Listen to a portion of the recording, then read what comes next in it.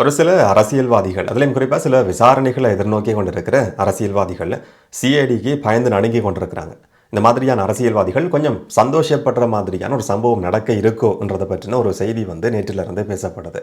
அதுதான் ஷானி அபேசேகர சிஐடி பணிப்பாளர் என்ற பதவியிலிருந்து விலக இருக்கிறார். இல்லாட்டி விலக வேண்டிய ஒரு சூழல் உருவாகி இருக்கு என்ற மாதிரியான ஒரு செய்தி நேற்றிலிருந்து பேசப்படுது. ஷானி அபேசேகர எஸ்எஸ்பி என்ற தரத்தில் இருந்தவர் எஸ்எஸ்பி என்ற தரத்திலிருந்து டிஐஜி என்ற தரத்துக்கு பதவி உயர்த்தப்பட்டிருக்கிறார். இது ஜனாதிபதி எடுத்த தீர்மானமோ அமைச்சர்கள் எடுத்திருக்கிற தீர்மானமோ இல்லாட்டி சிஐடி தன்னிச்சையாக எடுத்திருக்கிற தீர்மானமோ கிடையாது.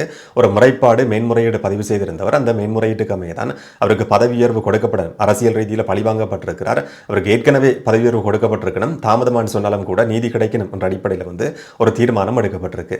எஸ்எஸ்பி பதவியிலிருந்து டிஐஜிக்கு தரம் உயர்த்தப்பட்டு ஒரு நீதி அவருக்கு கிடைச்சிருந்தாலும் இப்போ சிஐடி பதவியிலிருந்து சிஐடி பணிப்பாளர் பதவியிலிருந்து அவர் விலக வேண்டிய சூழலை இது உருவாக்கி இருக்கு என்றதான் நேற்றிலிருந்து பேசப்படுற ஒரு விஷயம். அரசியல் காரணத்துக்காக தனக்கு கிடைக்க வேண்டிய பதவி உயர்வு கிடைக்காம இருக்குன்னு சொல்லி சட்ட ரீதியில் அதுவரைக்கும் எடுக்க முடியுமான என்ன நடவடிக்கையோ அந்த அடிப்படையில் நிர்வாக மேன்முறையீட்டு தீர்ப்பாயத்தில் ஷானி அபேசேகர் ஒரு முறைப்பாட்டை பதிவு செய்திருந்தார். இன்னைக்கு 6 வருஷங்களுக்கு பிறகு அவருக்கான நீதி கிடைச்சிருக்கு. அந்த பிரிவு நிர்வாக மேன்முறையீட்டு தீர்ப்பாயம் தேசிய போலீஸ் ஆணைக்குழுவுக்கு அறிவிச்சிருக்கு. ஷானி அபேசேகரவுக்கான பதவி உயர்வு கொடுக்கப்படணும். அதுவும் இண்டையிலிருந்து நடைமுறைக்கு வர மாதிரி கிடையாது. எந்த காலகட்டத்தில் அவருக்கு கிடைக்கலையோ 2022 ஆகஸ்ட் மாதத்திலிருந்து நடைமுறைக்கு வர மாதிரி இந்த பதவி உயர்வு கொடுக்கப்படணும்னு சொல்லி நிர்வாக மேன்முறையீட்டு தீர்ப்பாயம் தேசிய போலீஸ் ஆணைக்குழுவுக்கு அறிவிச்சிருக்கு. அதுக்கு பிறகு போலீஸ் மாதிபருக்கும் இது அறிவிக்கப்பட்டு பதவி உயர்வு ஷானி அபேசேகரவுக்கு கொடுக்கப்பட்டிருக்கு என்றதுதான் நேற்று வெளிவந்திருக்கிற ஒரு முக்கியமான செய்தி. இதுல ஒரு சந்தோஷப்படுற மாதிரியான சம்பவமா அவருக்கு நீதி கிடைச்சிருக்கிற மாதிரியான ஒரு விஷயமா ஒரு பக்கம் பார்க்க முடியும். இன்னும் ஒரு பக்கம் ஒரு நல்லதுலையும் கெட்டது இருக்கு என்ற மாதிரியும் இந்த விஷயத்தையும் பார்க்க முடியும். இந்த விசாரணைகள்ல இருந்து அவர் விலக வேண்டிய சூழலை இது உருவாக்கி இருக்கிறதா ஊடக செய்திகள் குறிப்பிடுது. அரசாங்கம் இதுவரைக்கும் இதுக்கான ஒரு தெளிவான பதில சொன்ன மாதிரி இல்லை. என்று சொன்னா டிஐஜியா தரம் உயர்த்தப்பட்டிருக்கிறாரு. ஆனால் சிஐடி பணிப்பாளர் என்ற பதவியில் இருக்கிற நபர் எஸ்எஸ்பி என்ற தரத்தில் இருக்கிற நபர் மட்டும்தான் இந்த பதவியை வகிக்க முடியும். ஒரு உயர் தரத்துக்கு போனதுக்கு பிறகு இந்த பதவியை வகிக்க முடியாது, நிர்வாக ரீதியான சிக்கல் என்ற மாதிரி சொல்லப்படுது. இந்த அரசாங்கம் எப்படி எதிர்கொள்ள போகுது, அடுத்ததாக நியமிக்கப்பட்டிருக்கிற சிஐடியினுடைய பணிப்பாளர் யார் என்னன்றதை பற்றின இந்த விதமான தகவல்களும் இதுவரைக்கும் வெளியிடப்படலை. இது ஒரு சில அரசியல்வாதிகளுக்கு கொஞ்சம் சந்தோஷப்படுற மாதிரியான ஒரு விஷயமா இருக்க முடியும் என்று சொன்னால் இப்போ சுரேஷ் சலைவா இருக்க முடியும். சலையிற விசாரணைகளில் நீதிமன்றத்தில் திரும்ப திரும்ப சொல்லப்படுறது ஷானி அபேசேகரவினுடைய விசாரணை வேணாம் என்றது. அதே மாதிரி கோட்டாபய ராஜபக்சவினுடைய மனுவிலையும் இதுதான் சொல்லப்படுது. ஷானி அபேசேகர தன்னை கைது செய்து விசாரிக்க கூடாது என்று சொல்லி இந்த காலகட்டத்திலையும் ஹை ப்ரொஃபைல் கேஸ் சம்பந்தமான விசாரணைகள் நடக்குது. ரணில் விக்ரமசிங்க கைது செய்யப்பட்டது ஷானியினுடைய விசாரணைக்கு பிறகு, சிஐடியினுடைய விசாரணைக்கு பிறகு. கோட்டாபய ராஜபக்ச கைது செய்யப்பட இருக்கிறதா சொல்லப்படுது. கைது செய்யப்பட இருக்கிறத சொல்லப்படுதுன்னு சொன்னால் அவரை மனு பதிவு செய்திருக்கிறார், தன்னை கைது செய்யக்கூடாது, அதுவும் பயங்கரவாத தடை சட்டத்தின் கீழே கைது செய்து சிஐடியில் ஷானியினுடைய விசாரணை எனக்கு வேணாம்னு சொல்லி தான் கோட்டாபய ராஜபக்ச மனு போட்டிருக்கிறாரு. இன்னொரு பக்கம் சுரேஷ் சலையிட மனு, அந்த விசாரணையும் சிஐடியால் நடந்து கொண்டிருக்கு. நாமல் ராஜபக்சவினுடைய மோசடிகள் சம்பந்தப்பட்டு ஆஸ்திரேலியாவில் போய் சிஐடி சில நபர்களினுடைய சாட்சியம் பதிவு செய்யலாம்னு சொல்லி எதிர்பார்க்கப்படுது. ஆசாத் மௌலானாவினுடைய சாட்சியத்தை பதிவு செய்யறதுக்கு சொல்லி சிஐடி குழு ஷானி அபேசேகர் தலைமையிலான குழு தான் வெளிநாட்டுக்கு போயிருந்தது, பிரான்ஸுக்கு போயிருந்தது. இந்த மாதிரியான சம்பவங்கள் எல்லாம் நடந்து கொண்டிருக்கிற காலகட்டத்தில் தான் ஷானி அபேசேகர சிஐடி பணிப்பாளர் பதவியிலிருந்து விலகிற மாதிரியான ஒரு சூழலை இந்த பதவி உயர்வு ஏற்படுத்தி இருக்கிறதா சொல்லப்படுது. என்ன நடக்கும்ன்றதை பொறுத்திருந்து பார்க்கலாம். சிறைச்சாலைகளுக்குள்ள நடந்து கொண்டிருக்கிற சில சம்பவங்கள் திட்டமிட்ட சதியா என்ற மாதிரி அரசாங்கம் அமைச்சர்கள் திரும்ப திரும்ப சொல்லி கொண்டிருக்கிறத நாங்கள் பார்க்கிறோம். அப்படி யோசிக்கிற மாதிரியான இன்னும் ஒரு சம்பவம் இன்றைக்கு நடந்திருக்கு. சிறைச்சாலைக்கு பக்கத்தில் இருந்த 29 வயதான 2 இளைஞர்கள் கைது செய்யப்பட்டிருக்கிற சம்பவம். பேஸ்லைன் ரோட்டில் வச்சு மெகசின் சிறைச்சாலைக்குள்ள ஒரு பார்சல் அறிஞ்சிருக்கிறாங்கன்ற குற்றச்சாட்டின் அடிப்படையில் 2 இளைஞர்கள் கைது செய்யப்பட்டிருக்கிறாங்க. இந்த பார்சலை சிறை அதிகாரிகள் எடுத்து பார்த்த நேரத்தில் அதுக்குள்ள புகையில இருந்திருக்கு, போதைப் பொருள் இருந்திருக்கு, 2 ஃபோன் இருந்தது. அந்த ஃபோனுக்கு தேவையான சார்ஜர், லைட்டர் சொல்லி சிறைச்சாலைக்குள்ள கைதிகளுக்கு தேவையான சில பொருட்களை போட்டு ஒரு பார்சலுக்குள்ள போட்டு அந்த பார்சல் மதிலுக்கு மேலால எறியப்பட்டிருக்கு. இந்த பார்சல் அறிஞ்சிருக்கிறது 2 இளைஞர்கள். அந்த 2 இளைஞர்களும் போலீஸால கைது செய்யப்பட்டிருக்கிறாங்க. இது எப்படியான ஒரு பின்புலத்தில் பதிவாகுதுன்றது முக்கியமான ஒரு விஷயம் என்னன்னு சொன்னால், இப்போ முந்த நாள் தான் இந்த சிறைச்சாலைக்குள்ள மெகசின் சிறைச்சாலைக்குள்ள இதே மாதிரியான சம்பவம் நடக்குது. வெளியிலிருந்து மதிலுக்கு மேலால ஒரு பார்சல் அறியப்படுது. அந்த பார்சலுக்குள்ள என்ன இருக்குன்னு சொல்லி பார்க்கறதுக்கு போதைப்பொருள் இருக்குன்றது கைதிகளுக்கு அப்படின்னு தெரிஞ்சிருக்கு. திட்டமிட்ட ஒரு முயற்சியாக கூட இருந்திருக்க முடியும். அந்த பார்சலை எடுக்கிறதுக்கு முண்டி அடிச்ச 2 தரப்பு அரசியல் கைதிகளுக்கு இடையில தான் இந்த மாதிரியான ஒரு சம்பவம் மோதல் பதிவானது சொல்லி சொல்லப்பட்டிருந்தது. அப்போ ஒரு பார்சல் எறிகிற நேரத்தில் சிறைச்சாலைக்குள்ள இருக்கிற கைதிகளுக்கு இடையில ஒரு மோதல் உருவாகும் என்றது எதிர்பார்க்கப்படுற ஒரு விஷயம். அப்படியான ஒரு பின்புலத்தில் வெளியில இருந்து ஒரு பார்சல் வந்து இன்றைக்கு அறியப்பட்டிருக்கு. அந்த பார்சல் எடுக்கிறதுக்கு கைதிகள் முண்டி அடிச்சிருந்தா இதே மாதிரியான ஒரு மோதல் சம்பவம் மெகசினுக்குள்ள திரும்பவும் பதிவாகி இருக்க முடியும்.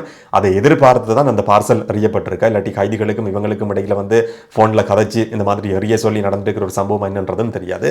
அந்த 2 பேர் கைது செய்யப்பட்டு இப்போ விசாரணைகள் ஆரம்பமாகி இருக்கு. இப்போ பசியோட இருக்கிற ஒருத்தனுக்கு வந்து பிரியாணியை கொண்டு போய் கொடுத்தா அவன் எப்படி செயல்படுவான்ன்றதை வந்து ஊகிக்க முடியும். அந்த மாதிரி தான் சிறைக்குள்ள இருக்கிற கைதிகளை பொறுத்த வரைக்கும், அதுவும் போதைப் பொருளுக்கு அடிமையாகி இருக்கிற கைதிகளை பொறுத்த வரைக்கும் ஒரு சில நாட்களுக்குள்ள திருத்த முடியாது. இந்த போதைப் பொருளுக்கு அடிமையாகி இருக்கிற நபர்கள் வந்து எப்படி செயல்படுவாங்கன்றதுக்கான பல உதாரணங்களை நாங்கள் பார்த்துருக்கிறோம். ஜொம்பிக்கள் மாதிரி தான் இந்த பார்சல் எடுக்கிறதுக்கு கைதிகள் வந்து அடிபட்டிருக்கிற சம்பவம் பதிவாகி இருக்கு. அப்படியான ஒரு பின்புலத்தில் இந்த பார்சல் வந்து எறியப்பட்டிருக்கிறது சிறைச்சாலைக்குள்ள மோதல் ஏற்படுத்துறதுக்கான நோக்கமா என்ற அடிப்படையிலையும் வந்து யோசிக்க வேண்டியிருக்கு. சொன்ன அரசாங்கத்தினுடைய புலனாய்வு தகவல் சொல்லி அரச புலனாய்வு பிரிவு அழைச்சிருக்கிறதா அமைச்சர்கள் சொல்லியிருந்ததும் அதே மாதிரியான ஒரு விஷயம் தான். சதி முயற்சி இருக்கு, சிறைச்சாலைக்குள்ள மோதல் ஏற்படுத்துறதுக்கான முயற்சிகள் வந்து வெளித்தரப்பால் முன்னெடுக்கப்படுதுன்ற குற்றச்சாட்டுக்கு மத்தியில் இந்த மாதிரியான ஒரு சம்பவம் பதிவாகி இருக்கு. திட்டமிட்ட சதியா என்ற அடிப்படையிலையும் விசாரணைகள் நடத்தப்படும். சிறைச்சாலைகளுக்குள்ள நடக்கிற சம்பவங்கள் சம்பந்தமா அன்றைக்கு வந்து ஃப்ரீ லோயர்ஸ் அமைப்பு ஒரு முக்கியமான கருத்தை சொல்லி இருக்கு. கொஞ்சம் கவனிக்கப்பட வேண்டிய ஒரு விஷயம். இந்த ஃப்ரீ லோயர்ஸ் அமைப்பு சம்பந்தமா இதுக்கு முதல்ல ஒரு வீடியோவில் நான் கதைக்கிறேன் சொல்லியிருந்தேன். என்னதான் அதுல சட்டத்தரணிகள் இருந்தாலும் அதுல வந்து அரசியலோட சம்பந்தப்பட்டிருக்கிற நபர்களும் இருக்கிறாங்க. அவங்களுக்கு வந்து ஒரு அரசியல் அஜெண்டாவும் இருக்குன்றதும் கொஞ்சம் ஞாபகப்படுத்தப்பட வேண்டிய ஒரு விஷயம்.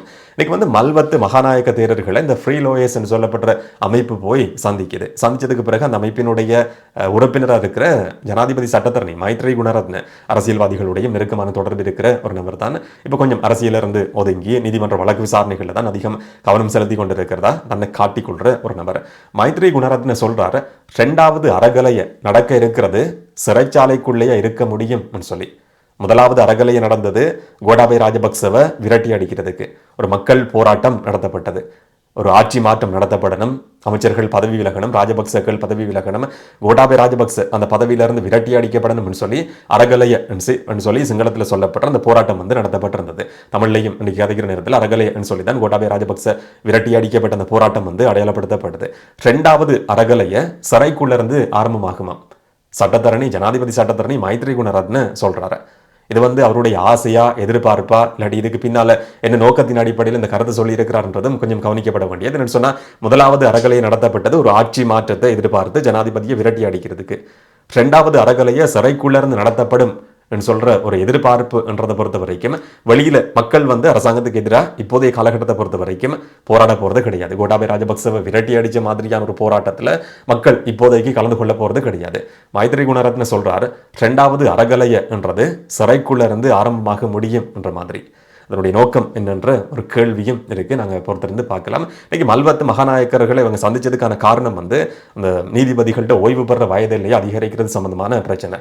எதிர்கட்சி அரசியல்வாதிகள் ஜிஎல்பி ரீஸ், ராஜித சேனாரத்ன இந்த மாதிரியான அரசியல்வாதிகளும் மல்வத்து மகாநாயக்கர்களை இன்றைக்கும் சந்திச்சு பேச்சுவார்த்தை நடத்தி இருக்கிறாங்க.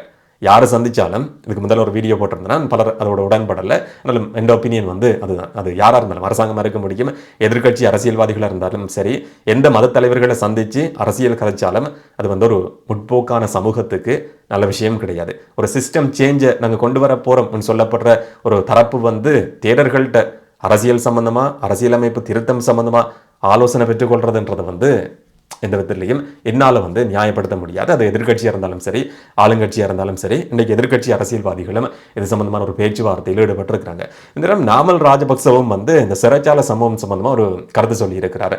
என்ன நடந்தாலுமே ராஜபக்சர்கள் தான் அதுக்கு பின்னால் இருக்கிறாங்கன்னு சொல்லி அரசாங்கம் இல்லாட்டி பொது வழியில் கதைக்கிற எல்லாருமே சொல்லி கொண்டிருக்கிறாங்களாம். இப்போ நாங்கள் தான் இந்த நாட்டை வந்து நிர்வகித்து கொண்டிருக்கிறோமா, ஜனாதிபதி எடுக்கிற தீர்மானத்தை வந்து நாமல் ராஜபக்ச தான் எடுக்கிறாரா, நாமல் ராஜபக்ச அந்த அளவுக்கு பலமான ஒரு நபரா என்ற மாதிரி நாமல் வந்து கேள்வி கேட்கிறாரு. ஒரு பக்கம் யோசிக்கிற நேரத்தில் ஒரு லாஜிக் இருக்கு, ஒரு நியாயமும் இருக்கு.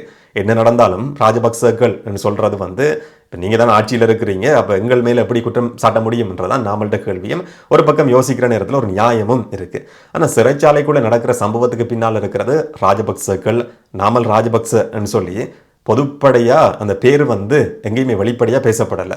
அந்த நாமல் தானாவே வந்து எதுக்கு தலையை போட்டுக் கொள்றார் என்ற மாதிரியும் இதை வந்து யோசிக்க வேண்டியிருக்கு. எங்களுக்கும் இதுக்கும் இடையில எந்த விதமான சம்பந்தமும் கிடையாது ஐயான்ற மாதிரி நாமல் ஒரு கூட்டத்தில் உரையாற்றும் போது இன்றைக்கு சொல்லியிருந்ததையும் பார்க்க முடிஞ்சுது. இந்த சிறைச்சாலை சம்பவம் சம்பந்தமா தீவிரமான விசாரணைகள் நடந்து கொண்டிருக்கு. இதுக்கு பின்னால சதி இருக்கு, சிறைச்சாலைக்குள்ள இருக்கிற நெருக்கடி, போதைப் பொருள் கிடைக்காம இருக்கிறது, இன்னும் ஒரு பக்கம் வெளித்தரப்பினுடைய சதி இருக்கா என்ற அடிப்படையிலையும் விசாரணைகள் நடத்தப்படுறதா சொல்லப்படுது. இந்த விசாரணைகள் ஏதாவது கண்டுபிடிக்கப்படுமா, இன்னும் ஒரு சம்பவம் நடக்கிறதுக்கு முதல்ல இதெல்லாம் தடுக்கப்படுமான்றதை நாங்கள் பொறுத்திருந்து பார்க்கலாம். இந்த சம்பவங்கள் சம்பந்தமாக நீங்கள் என்ன நினைக்கிறீங்கன்றதை கமெண்ட்டில் சொல்லுங்கள். நாளைக்கு நாங்கள் இன்னும் ஒரு வீடியோவில் சந்திக்கலாம். வணக்கம்.